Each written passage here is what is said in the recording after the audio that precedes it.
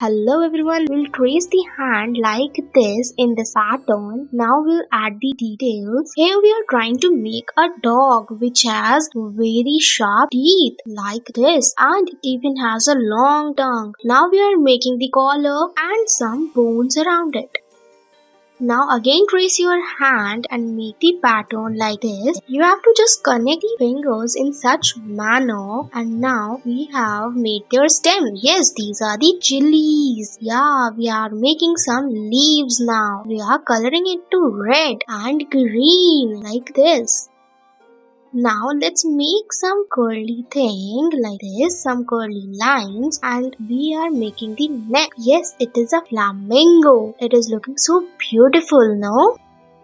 Now following the same technique, we are making some curvy lines using blue and green sketch pens. That is the water and the grass. Now we are making a straw and a circle like this. You have to follow the process and you will see that we are making a watermelon. Now we'll color it into red, green and black like this. Now we have made a black ant using a black clay. Thanks for watching.